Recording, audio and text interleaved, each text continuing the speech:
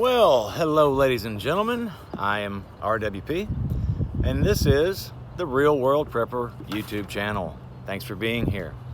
So, a friend of mine who was a serviceman and is a contract guy now, military operator guy, he posted something on another social media site yesterday that I read and saw and thought was worth sharing with you guys.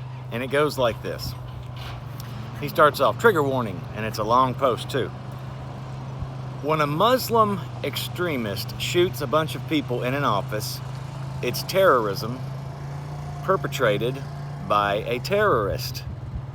When a white supremacist shoots a bunch of people in a church, it's terrorism perpetrated by a terrorist. When a mentally ill psychopath shoots a bunch of people in a mall, it's a horrific tragedy, but it's still a massacre perpetrated by a psycho. But when some tragically confused person with a specific mental illness shoots a bunch of people, including 3 9-year-old children in a Christian school, that is apparently neither terrorism nor a massacre perpetrated by a mentally ill individual. Rather, it is a victim responding to her own victimization by that particular institution, 15 to 20 years after the fact. But the truth is that she was a terrorist and is guilty of cold-blooded murder.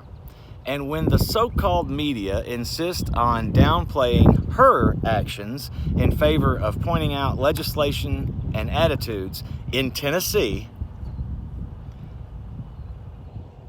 that somehow personally exacerbated her alienation and made her feel bad or vilified or whatever, they are engaging in the most unthinkably disgusting behavior imaginable in this kind of situation.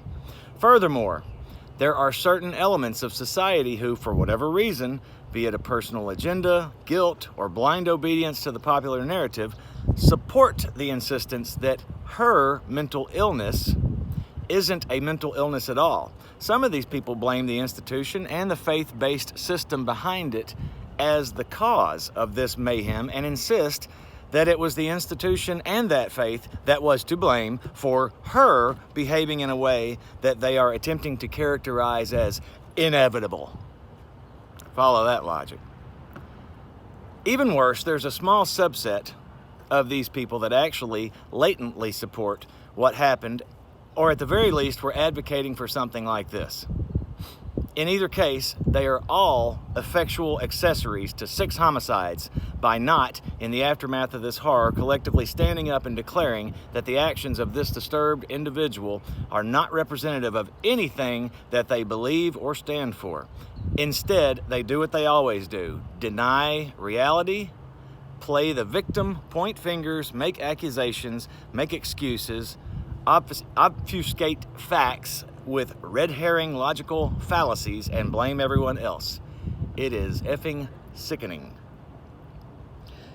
Now, I have seen this personally. Obviously, my friend here who posted this has seen it. You guys have probably seen it too. That's exactly what's going on with what took place in Tennessee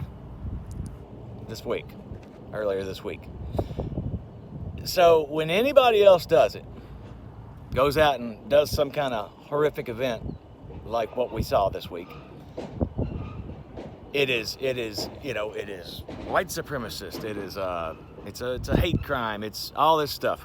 But instead, in this instance, they're selling it, and YouTube's probably gonna yank this video. I wouldn't be surprised. Gonna flag it. I'm gonna get a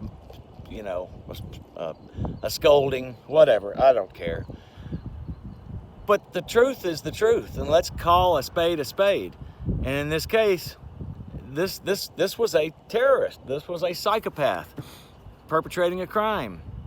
You know, the woman that did the killing, that wants to pretend to be a man, is just as horrible and just as guilty as any of them before her that has done something like this. Don't let them change. Don't let them change definitions. Don't take this stuff. Stand up for what's right. Stand up and speak loudly and say what's right when it's time to say it. Tell your neighbors, tell your friends, tell your local government, tell anybody who will listen that you know, like I do, what's a man and what's a woman, what's right and what's wrong, what the real agenda is at hand versus the BS line that we are often sold over and over and over about the way things are in this world, in our country.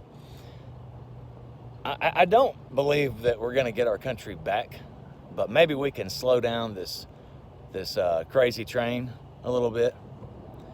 Anyway, that's what I got for today. Hope you guys have a great weekend. We'll talk soon.